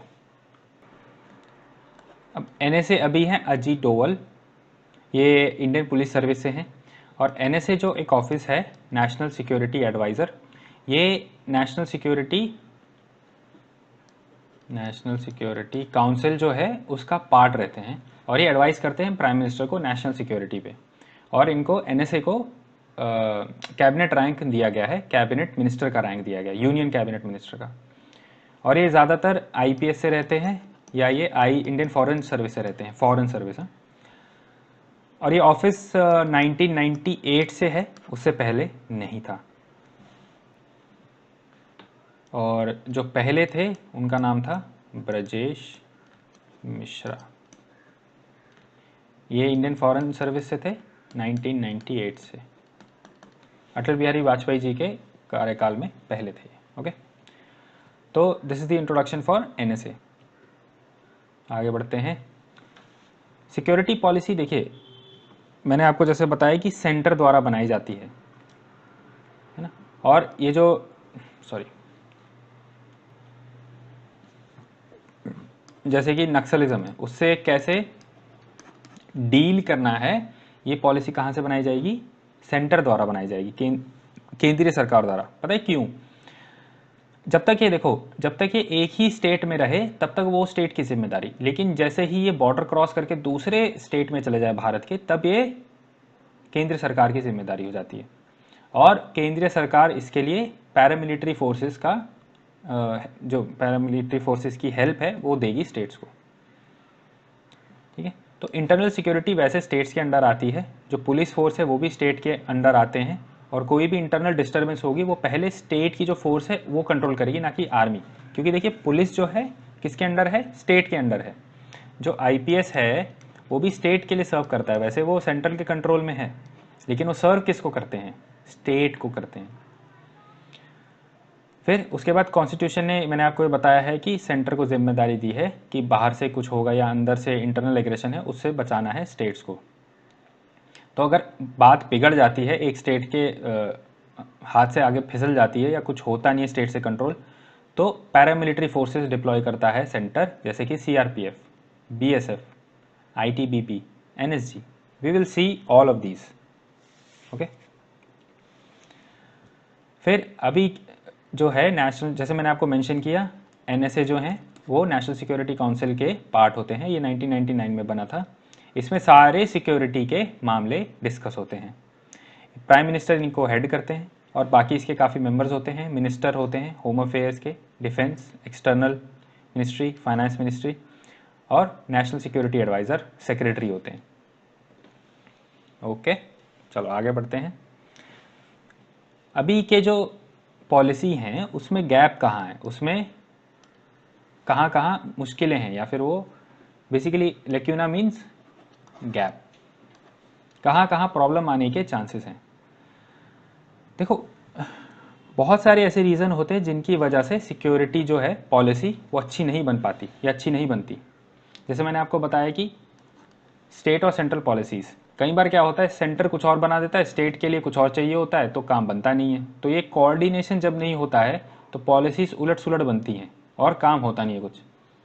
जैसे मैंने आपको बताया, एक और चीज़ है कि पुलिस जो है वो स्टेट गवर्नमेंट के अंडर है, वो लोग लोकल सिचुएशन से डील कर सकते हैं, लेकिन कॉन्स्टिट्यूशन ने ये भी बोला है कि जो केंद्रीय सरकार है वो आके मदद कर सकती है, मतलब एक तरीके से इंटरफेयर कर सकती है। जो केंद्रीय सरकार है वो इंटरफेयर कर सकती है। इस वजह से काफ़ी सारे प्रॉब्लम्स आते हैं स्टेट और सेंटर के बीच में। फिर मैंने जैसा पहले बताया, पॉलिसीज थोड़ी अलग अलग हो जाती हैं तो कोऑर्डिनेशन नहीं होता है, तो हम जो करना चाहते हैं वो होता नहीं है। जो चीज़ 1 साल में होनी चाहिए वो 2 साल में होती है, 3 साल में होती है। तो इसकी वजह से जो लॉ एंड ऑर्डर है वो मेंटेन ही नहीं हो पाता है, शांति जो है वो मेंटेन ही नहीं हो पाती है, क्योंकि स्टेट कुछ कर रहा है, सेंटर कुछ कर रहा है। फिर सेकंड पॉइंट पे आते हैं कि देखिए, इकोनॉमी जो है हमारी, जो भारत की इकोनॉमी है, ये भी एक बहुत बड़ा रीज़न है। जैसे मैंने आपके बारे में आपको बताया था, पॉवर्टी के बारे में, अनएम्प्लॉयमेंट के बारे में, गरीबी और बेरोज़गारी, तो ये सब चीज़ें इकोनॉमी का पार्ट है। लेकिन जब मतलब इसकी वजह से भी आंतरिक सुरक्षा को खतरा है, लेकिन जब हम सॉल्यूशंस बनाते हैं तब हम इन पे ध्यान नहीं देते ज़्यादा। तब हम सिर्फ मिलिट्री पे ध्यान देंगे या आर्मी पे ध्यान देंगे, मतलब हम जैसे हार्ड चीज़ों पे ध्यान देंगे। ये सब जो चीज़ें हैं ये पॉलिसी बेस्ड सॉफ्ट चीज़ें हो गई एक तरीके से। मतलब ऐसा कोई डेफिनेशन नहीं है, मैं आपको बता रहा हूँ कि मतलब सरकार किस पे बोलेगी कि सीआरपीएफ को लगा दो वहाँ पे या आर्मी को भेज दो। अरे पहले आप इसको तो देख लो, विकास पे तो ध्यान दे लो, गोलियां बाद में चला लेना। जो लोग विकास से नहीं सुधरेंगे वो गोली से सुधर जाएंगे, ये भी होता है। थोड़ी हार्ड बात मैंने कह दी, लेकिन यही होता है कि जब अब या तो आप उनको मारो या आपको मार देंगे, तो फिर आप क्या करोगे। फिर उसके बाद पार्टिसिपेशन थोड़ा कम है सिविल सोसाइटी का। उसके बाद एनजीओज जो हैं ये थोड़ा कम आती हैं इस एरिया में, तो लोगों की जो आवाज़ है वो सरकार तक पहुंच नहीं पाती, या फिर जो सरकार जो पॉलिसी बनाती है वो ग्रास रूट पे जो लोग हैं उन तक वो चीज़ पहुंच ही नहीं पाती। ठीक है, तो एक ये डिसकनेक्ट है, मतलब आपकी बात सरकार तक नहीं पहुंच रही है, जो सरकार चीज़ बना रही है वो आप तक नहीं पहुंच रही है। तो सरकार जो, और ये एक और चीज़ हो जाती है कि जब तक आपकी आवाज़ सरकार तक नहीं पहुंचेगी तब तक सरकार असली चीज़ों को पहचानेगी कैसे, लोगों की जो इच्छाएं हैं वो कैसे पहुंचेगी सरकार तक। जब पहली बात तो गरीब, जहाँ पे देखो माओइज्म जहाँ होगा ना, हम देखेंगे वहाँ पे डेवलपमेंट कम होती है, तो वो थोड़े से पिछड़े इलाके होते हैं, तो वहाँ तक सरकार ही नहीं पहुँच पा रही है, तो क्या होगा, चीज़ें फेल ही होंगी ना। तो ये गैप है पॉलिसी में अभी। आई होप चीज़ें समझ में आई हो। कुछ डाउट है प्लीज़ बताइएगा, हम उसको नेक्स्ट लेक्चर में क्लियर कर लेंगे, कोई टेंशन नहीं, हम आपके लिए ही हैं यहाँ पे। तो कुछ भी डाउट है प्लीज़ मुझे बता देना, ठीक है, कमेंट सेक्शन लिखना, मैं उनको देखता रहता हूँ, आप बता दीजिएगा, हम देख लेंगे, ठीक है। चलो अब आते हैं नेक्स्ट सेक्शन पे कि, एक मिनट मैं इंक चेंज कर लूँ। ओके, सो अभी सेक्शन जो है हमारा ये है कि हमारे जो फीचर्स होने चाहिए ना डॉक्ट्राइन के, जो सिद्धांत है हमारा, आंतरिक सुरक्षा के सिद्धांत जो हैं, उसके लिए क्या क्या चीज़ें उसमें होनी चाहिए, किस चीज़ पे ध्यान देके वो चीज़ बनानी चाहिए। तो फीचर्स क्या होने चाहिए, है ना। पहला आप देखेंगे राजनीतिक, सॉरी, तो पहला हम देखेंगे राजनीतिक, तो पॉलिटिकल। तो इसमें ये देखो, पहले आपको उसकी नेचर समझनी पड़ेगी, जो चुनौती आप फेस कर रहे हो इंटरनल सिक्योरिटी की, उसकी आपको नेचर आप समझनी पड़ेगी, उसका क्या स्वरूप है। मतलब वो सेक्सेशनिस्ट है, मतलब कि वो अलग होना चाहते हैं, ठीक है। नेक्स्ट होता है सेपरेटिस्ट या फिर रीजनल, मतलब एक तरीके से या तो वो अलग होना चाहते हैं या फिर क्षेत्रीय कुछ इशू है या कुछ और। तो इन कारणों को आपको समझना पड़ेगा, उसके हिसाब से, मतलब इन चीज़ों का रीज़न क्या है, इन चीज़ों का कॉज क्या है, फिर उसके ऊपर आपको पॉलिसी बनानी पड़ेगी। फिर आपको देखना पड़ेगा कि ये कॉन्स्टिट्यूशनल उसमें बैठते हैं कि नहीं, इनकी जो डिमांड है। पहले तो आप इनके कॉज ढूंढोगे, फिर आप सोचोगे कि इनकी जो डिमांड्स हैं वो कॉन्स्टिट्यूशन के अंदर आती हैं कि नहीं, है ना। और जो नहीं आती हैं फिर उसको आप उस तरीके से डील करेंगे। अब देखिए, जो सेपरेटिस्ट हैं, या फिर जो सबसे पहले हम इन्हीं को लेते हैं, सेसेशनिस्ट को, इनको तो भैया मतलब कड़क तरीके से डील करना चाहिए, क्योंकि ये तोड़ने पे लगे हुए हैं। सेपरेटिस्ट को भी थोड़ा सा दबा के रखना पड़ता है, इतना ज़रूरी नहीं है डंडा मार के रखा जाए। फिर उसके तो और उसके लिए सबसे बड़ी बात है, जैसे मैंने आपको बताया, रूल ऑफ लॉ। तो ऐसे लॉज बनाने पड़ेंगे जो स्ट्रिक्टली इनसे डील कर पाएँ, मतलब इनको जो ऐसे अलग करना चाहते हैं, देश को तोड़ना चाहते हैं, उनसे स्ट्रिक्टली डील कर पाएँ। ओके। और जो रीजनल जो इश्यूज होते हैं, है ना, जो क्षेत्रीय रीजन हैं, इनकी भी कैसे होती हैं, अपनी इच्छाएं होती हैं कि हमारा भी रीजन आगे बढ़े। फिर एथनिक जो इश्यूज हैं वो भी, तो इनको थोड़ा सा प्यार से डील करना चाहिए, इनसे बात करके डील करना चाहिए, क्योंकि ये क्या चाहते हैं, ये सिर्फ अपनी डेवलपमेंट चाहते हैं, ये चाहते हैं कि हमारा भी रीजन आगे बढ़े। इन दी एंड और क्या चाहिए इनको, सिंपल भाषा में यही चाहिए। तो थोड़ा सा इनको सोचना पड़ता है कैसे डील किया जाए, कॉजेज देखने पड़ते हैं, फिर उनकी डिमांड देखनी पड़ती है, फिर उनका सोल्यूशन निकालना पड़ता है, इनको कैसे डील किया जाए। फिर आते हैं सामाजिक और आर्थिक पे, सोशियो इकोनॉमिक फैक्टर्स पे। अब इसकी वजह से भी काफ़ी सारी मूवमेंट्स होती हैं, ये भी एक बिग रीज़न है। ठीक है। अब इसमें क्या होता है, देखो, पॉवर्टी है, अनएम्प्लॉयमेंट है, जैसे मैंने आपको बताया, गरीबी, बेरोजगारी। फिर उसके बाद लोग जो हैं डिस्प्लेस हो जाते हैं, मतलब जैसे बड़े बड़े बांध के जो प्रोजेक्ट्स होते हैं उससे लोग डिस्प्लेस हो जाते हैं, नर्मदा आंदोलन, है ना। तो ये सब चीज़ों से क्या है, ये एक इशू ही आएगा इंटरनल सिक्योरिटी का, लोग राइट करेंगे, है ना। तो हमें इनका अगेन इनके कॉज जो है उनको ढूंढना पड़ेगा और उनकी डिमांड्स को देखना पड़ेगा कितनी रीजनेबल हैं, उसके बाद उनको सोल्यूशन देना पड़ेगा। लेकिन हमें ये भी इसको ध्यान में रखना है कि जो हमारा संविधान है वो कहता है, खुद ही इक्वालिटी पे फोकस करता है। हमारा संविधान जो है वो कहता है कि हमारा देश एक वेलफेयर देश है। तो इन चीज़ों को ध्यान में रख के हमें उनकी डिमांड्स का सोल्यूशन निकालना पड़ेगा। तो बेसिकली हमारा जो डेवलपमेंट है देश का, हमें उस पे जाना है और ये करना है कि सब तक वो पहुँचे, मतलब इंक्लूसिव ग्रोथ, सबको मिला के, सबका साथ सबका विकास करना है। तो ये सोशियो इकोनॉमिक एंगल हो गया। ठीक है, चलो नेक्स्ट पे आते हैं। गवर्नेंस मतलब प्रशासन। तो गवर्नेंस क्या होता है, जैसे मैंने आपको बताया, कई जगह जब गवर्नेंस ही नहीं पहुंच रहा है, उसकी वजह से लोग वहां पे इंटरनल सिक्योरिटी के लिए खतरा बन जाते हैं। क्योंकि उसकी, देखो, लोग बोलते हैं कि देखो सरकार, अब मान लो 3 एलिमेंट है इसमें, 3 स्टेक होल्डर्स हैं, ए, बी और सी। ये हो गए लोग, ये हो गए भारत के खिलाफ काम करने वाले लोग, और ये हो गया भारत। तो ये लोग इन लोगों को बोलते हैं, जो नागरिक हैं हमारे देश के, कि भाई सरकार तो तुम्हारे लिए कुछ कर ही नहीं रही है, तुम क्यों सरकार के लॉयल हो, हमारे लॉयल आओ, हम तुम्हें पैसा देंगे, हम तुम्हें खाना देंगे, हम तुम्हें हथियार देंगे, तुम लड़ो। बस यही बात है। तो ऐसे जो एलिमेंट्स होते हैं, ये ए प्रकार के, ये हमारे जो देश में जो करप्शन चल रही है, जो सरकार पहुंची नहीं है लोगों तक, है ना, जो लॉज हैं उन तक, मतलब लॉज जो हैं वो इम्प्लीमेंट नहीं होते ढंग से, जैसा मैंने आपको बताया। रिमोट एरियाज़ में तो खासकर गवर्नमेंट है ही नहीं, मतलब गवर्नमेंट क्या, मतलब मैंने जैसे बताया कि IAS IPS वगैरह जाते ही नहीं है उस इलाकों में। कुछ तो अपनी रीज़न से नहीं जाते हैं, कुछ माओइज़म की वजह से नहीं जाते हैं। तो जैसे एलेक्स पॉल किडनैप हो गए थे, राइट। तो ऐसे इश्यूज इतने सारे हैं गवर्नेंस में, उस वजह से ये लोग हैं ना, ए टाइप के, वो फ़ायदा उठाते हैं इन चीज़ों का। और ये स्टेट की जिम्मेदार है, ये जिम्मेदारी किसकी है, गवर्नमेंट की है, कि ये सब को कंट्रोल किया जाए, गुड गवर्नेंस दी जाए, करप्शन हटाई जाए। नहीं तो डेवलपमेंट जो है रिमोट एरियाज़ का, खासकर जो दूर दराज के इलाके हैं, उनका डेवलपमेंट कैसे होगा, समझ रहे हो। तो ये सब इशू हैं, तो ये सब गवर्नेंस में होना चाहिए, किस पे फोकस होना चाहिए, रिमोट एरियाज़ पे।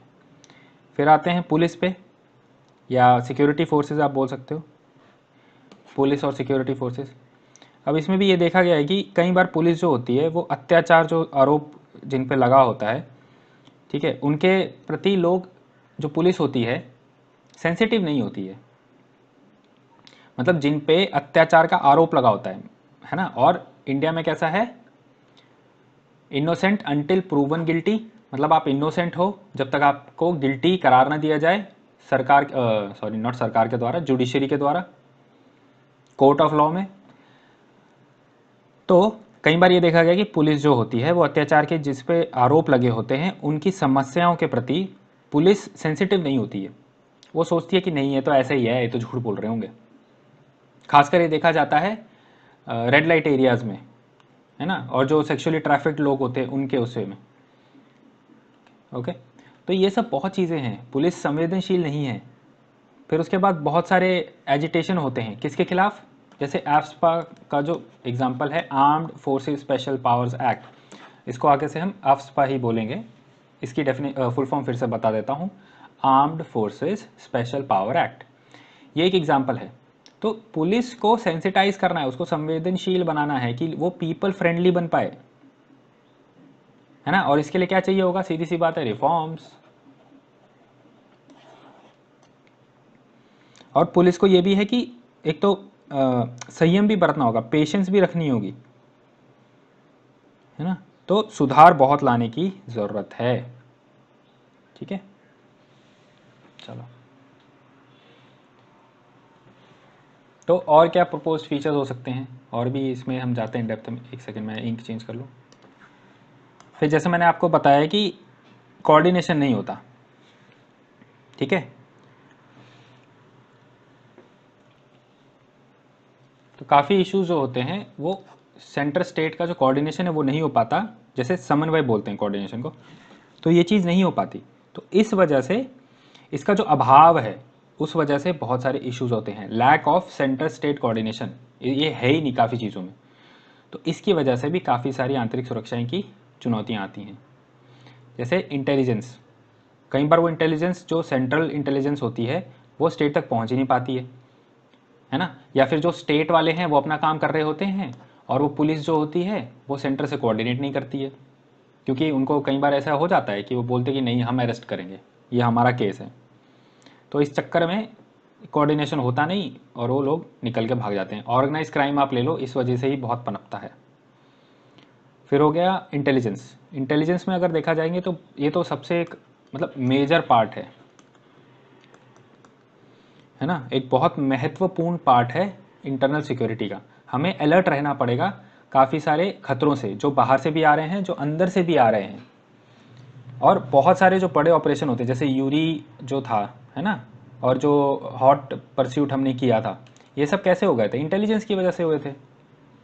तो इसके अंदर एक अभी एक चीज़ स्टार्ट हुई है, मल्टी एजेंसी सेंटर। तो ये बहुत अच्छी चीज़ है, क्यों, क्योंकि जैसे मैंने आपको यहाँ बताया फर्स्ट पॉइंट में, इस स्लाइड के फर्स्ट पॉइंट में, कि कोऑर्डिनेशन नहीं है। तो मल्टी एजेंसी सेंटर इसमें बहुत अच्छी एक चीज़ कर रहा है कि कोऑर्डिनेट कराएगा चीज़ों को। काफ़ी सारी जो एजेंसीज़ हैं उनसे जो डेटा आएगा उसको यहाँ पे एक तरीके से कलेक्ट करेंगे, इकट्ठा करेंगे, और उनसे जो सूचना मिलेगी वो दूसरी एजेंसीज़ को भी दी जाएगी। तो ये बहुत अच्छी चीज़ है। नेक्स्ट आते हैं बॉर्डर मैनेजमेंट पे। सीमा जो है हमारी उसका कैसे मैनेजमेंट किया जाता है। अब हमारे साथ आपको पता ही है बहुत सारे भारत में बॉर्डर इश्यूज हैं, 7 कंट्रीज़ के साथ है, मतलब ठीक है, वैसे तो 6 हैं, मतलब POK को मिला के छिड़ो, तो 7 कंट्रीज़ के साथ हैं और 15,000 किलोमीटर के करीब करीब बाउंड्री है। फिर उसके साथ हमारे साथ वॉर भी हो चुकी है, हमने चाइना के साथ लड़ाई करी, हमने पाकिस्तान के साथ लड़ाई करी है, उसके बाद हमने बांग्लादेश जो पहले ईस्ट पाकिस्तान था उसके साथ भी लड़ाई करी है, मतलब लड़ाई हुई है वहाँ पे। फिर हमारे पास इन्फिल्ट्रेशन होता है ना, पंजाब और कश्मीर से घुसपैठ जो है वो आते हैं, है ना, घुसपैठिए। फिर उसके तो ऐसे ऐसे बहुत इश्यूज़ हैं। और पाकिस्तान ऑक्यूपाइड कश्मीर जो है वहाँ पे सारे काफ़ी सारे क्या मैक्सिमम जो मिलिटेंट्स होते हैं वो वहाँ पे जाके बैठे रहते हैं, आतंकवादी। तो हमें आतंकवादियों से जो इन्फिल्ट्रेशन है उसको रोकना है। फिर उसके बाद इमिग्रेशन है जो हमारे नॉर्थ ईस्ट में हो रहा है उसको रोकना है। फिर बाद में हमारा आता है कोस्टल सिक्योरिटी भी। तो हमारा जो तटीय सुरक्षा जिसको बोलते हैं उसके ऊपर भी ध्यान देना है, बिकॉज 26/11 है ना, one of the worst incidents in India, लेकिन सिक्योरिटी के मामले में one of the best case study है ये। तो ये सब चीज़ों को ध्यान में रख के हमें बॉर्डर को सिक्योर करना है, हमारी सीमा को सिक्योर करना है। Finally last point of this topic, cyber security. ठीक है, साइबर सुरक्षा जो है ये अभी जैसे हमें पता चला है कि देखो स्नोडन जो थे, एडवर्ड स्नोडन जो हैं, उन्होंने जो लीक्स दिए थे, उन्होंने बताया था कि फ्यूचर में जो लड़ाइयाँ होंगी वो ट्रेडिशनल नहीं होने वाली, वो पारंपरिक नहीं होंगी जो ज़मीन पे होती थी। मतलब लैंड, मतलब एक 3 फ्रंटियर्स होते हैं ना, लैंड, एयर और वाटर। ठीक है, ज़मीन पे, पानी पे और आकाश में। तो इन पे नहीं होगी, अभी होगी साइबर में। ये 4th फ्रंटियर हो जाएगा एक तरीके से। तो कोई भी इंटरनल सिक्योरिटी का जो डॉक्ट्राइन होगा, जो भी सिद्धांत होगा, वो तभी एक तरीके से अच्छा बन पाएगा, संपूर्ण बन पाएगा, जब उसमें आप साइबर सिक्योरिटी रखेंगे। और इंडिया ने अभी इसमें काफ़ी काम नहीं किया है, धीरे धीरे चीज़ें स्टार्ट हो रही हैं, वो हम देखेंगे। ओके, तो नेक्स्ट टॉपिक पे जाने से पहले मैं आपको छोटा सा एक चीज़ बता दूं। वैसे तो ये जो क्लासेस हैं इंटरनल सिक्योरिटी की हैं, लेकिन काफ़ी सारे जो एक्सटर्नल इश्यूज होते हैं वो भी असर डालते हैं। जैसे नेबरहुड के जो एक्सटर्नल चैलेंजेस हैं, जैसे हमारे यहाँ बहुत सारे, फर्स्ट पॉइंट अगर मैं लूँ तो नेबरहुड जो है हमारा, ठीक है, हमारे यहाँ बहुत सारे दूसरे देश हैं जो फ्रेंडली नहीं हैं इंडिया के साथ। तो बहुत सारा होता है, ऐसे इश्यूज होते हैं, जैसे चाइना पाकिस्तान तो आपको पता ही है। फिर श्रीलंका के साथ भी ठीक ठाक ही टाइज हैं, इतने कोई खास नहीं है। मॉलडीव्स के साथ भी ऐसे इश्यूज हो रहे हैं, है ना। तो ये सब चीज़ें जो हैं बहुत इशू डालती हैं, मतलब इंटरनल सिक्योरिटी को अफेक्ट करती हैं। फिर मिडल ईस्ट आ जाता है। मिडल ईस्ट में कैसे आप देख सकते हैं, अरब स्प्रिंग है, फिर अफ़गानिस्तान का इशू है। ओके, और उसमें अफ़गानिस्तान में जैसे तालिबान इशू है, वो हमें इफ़ेक्ट करता है, राइट। आईसिस हो गया, इज़राइल और पाकिस्तान का कन्फ्लिक्ट हो गया, उससे हमें इशू आते हैं। तो और ऑयल प्राइसेस, तो मिडल ईस्ट भी एक बहुत बड़ा इशू है जिसकी वजह से हमें प्रॉब्लम होती है भारत के अंदर। फिर एक एक्सटर्नली अगर हम आगे देखें तो मैरीटाइम इश्यूज हैं, मतलब समुद्री सुरक्षा, मैरीटाइम इश्यूज हैं बोले तो समुद्री सुरक्षा। इसमें जैसे बहुत सारे पायरेसी का इशू आ जाता है। फिर अभी इंडो पैसिफिक इश्यूज हैं इसमें, है ना। उसके बाद इंडियन ओशन रीजन जो है हम उसमें एक्सपैंड कर रहे हैं, तो और भी इश्यूज आएंगे। टेररिज्म है, ट्रैफिकिंग है, पायरेसी है। फिर बहुत सारे छोटे छोटे देश हैं, उनको चाइना अपनी तरफ खींच रहा है, राइट। और हमारे पास बहुत एक इशू है कि हमारा जो तेल है वो भी यहीं से आता है, इम्पोर्ट होके, है ना। तो हमारा जो एक तरीके निर्भरता है सीज पे, वो काफ़ी ज़्यादा है। फिर मिलिटराइजेशन ऑफ स्पेस है एक इशू। मतलब क्या कि मिलिटराइजेशन देखिए क्या होता है, स्पेस में आप चीज़ें रखेंगे जो आपको धरती के जो पारंपरिक लड़ाइयाँ हैं उसमें धरती पे जो हो रही हैं उन पे हेल्प करेंगे, ऑलराइट। फिर हमारा आ जाता है साइबर सिक्योरिटी, वो तो हमने डिस्कस कर लिया। ये भी बाहर से हमें खतरा आता है, जैसे चाइना हैक करने की कोशिश करता है, इसको हम डिटेल में देखेंगे। लास्टली रिसोर्सेज जो हैं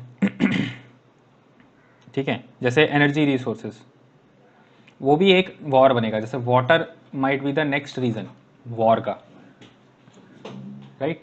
तो काफ़ी सारे इवन के यूएन सेक्रेटरी जो हैं कोफी अनान, उन्होंने कहा है कि नेचुरल रिसोर्सेज जो हैं उनका जो शॉर्टेज है उसकी वजह से सिविल वॉर हो सकती हैं, और सिविल वॉर देश के अंदर होती हैं।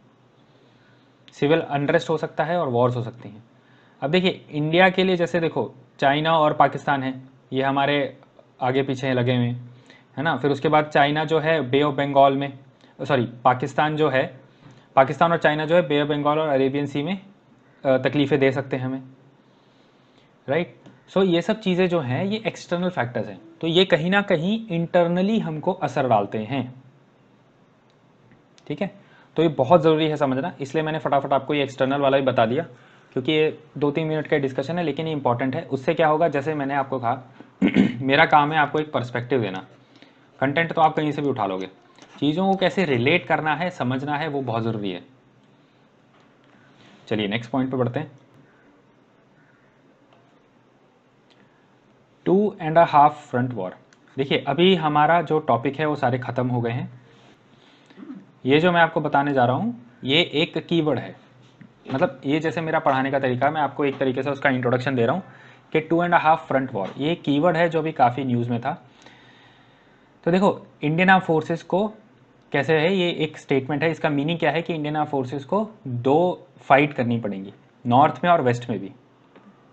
नॉर्थ में कैसे, चाइना के साथ, वेस्ट में कैसे, पाकिस्तान के साथ। और हाफ क्या होगा, अंदर में, भारत के अंदर में जो इश्यूज होंगे, इंसर्जेंसी अगर चल रही होगी तो वो भी।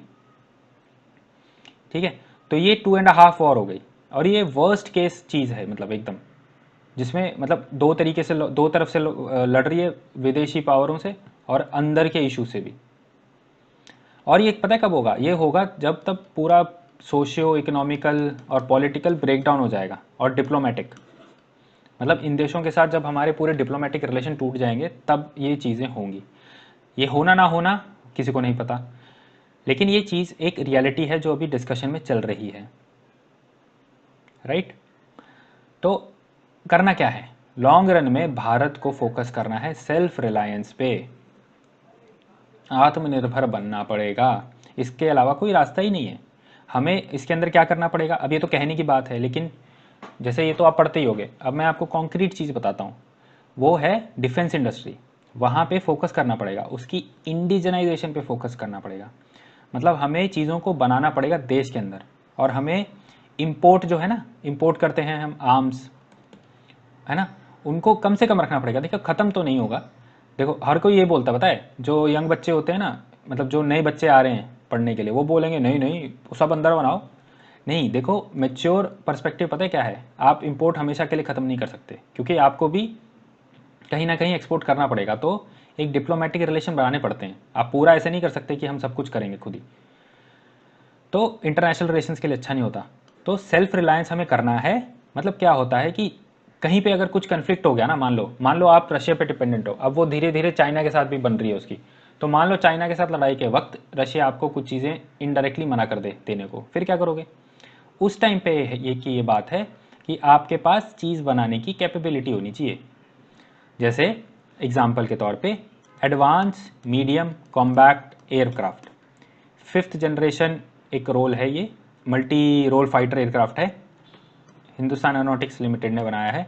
ये काफ़ी एग्जाम्पल काफ़ी अच्छा है, तो ऐसे हम डिपेंडेंट नहीं रहेंगे चीज़ों पे, समझ रहे हो। तो ये चीज़ है, तो ये एक, इस पर आंसर राइटिंग भी आ सकता है, इस पर सवाल बन सकता है आपके लिए। ओके, तो ये हमारा लेक्चर यहाँ ख़त्म होता है। फटाफट एक बार रिकैप कर लेते हैं हमने क्या क्या देखा। तो ये जो लेक्चर था ये एक ओवरव्यू है, ये एक बर्ड्स आई व्यू देगा आपको। पहले हमने सोचा समझा डेफिनेशन, इंटरनल सिक्योरिटी क्या होता है, एक्सटर्नल सिक्योरिटी क्या होता है, इनको मिला के नेशनल सिक्योरिटी बनता है। फिर हमने डेफिनेशन देखी उनकी, फिर हमने कॉन्स्टिट्यूशन क्या कहता है वो देखा, बहुत ज़रूरी चीज़ यूपीएससी एग्जाम के लिए। थ्रेट्स को क्लासीफाई किया और देखा कि चारों किसी ना किसी तरीके से भारत को इफेक्ट करते हैं। एट्रीब्यूट्स, अवयव जो हैं इंटरनल सिक्योरिटी के क्या हैं, हमारे जो चैलेंजेस हैं जो हम सिलेबस में अभी डिटेल में पढ़ेंगे वो क्या हैं, पूरे देखे हमने। अदर चैलेंजेस जो नॉन ट्रेडिशनल हैं, उसके बाद ये क्यों होती हैं, ये प्रॉब्लम्स क्यों हो रही हैं, फिर हमने इनको थोड़ा फनी वे में पढ़ने की कोशिश करी।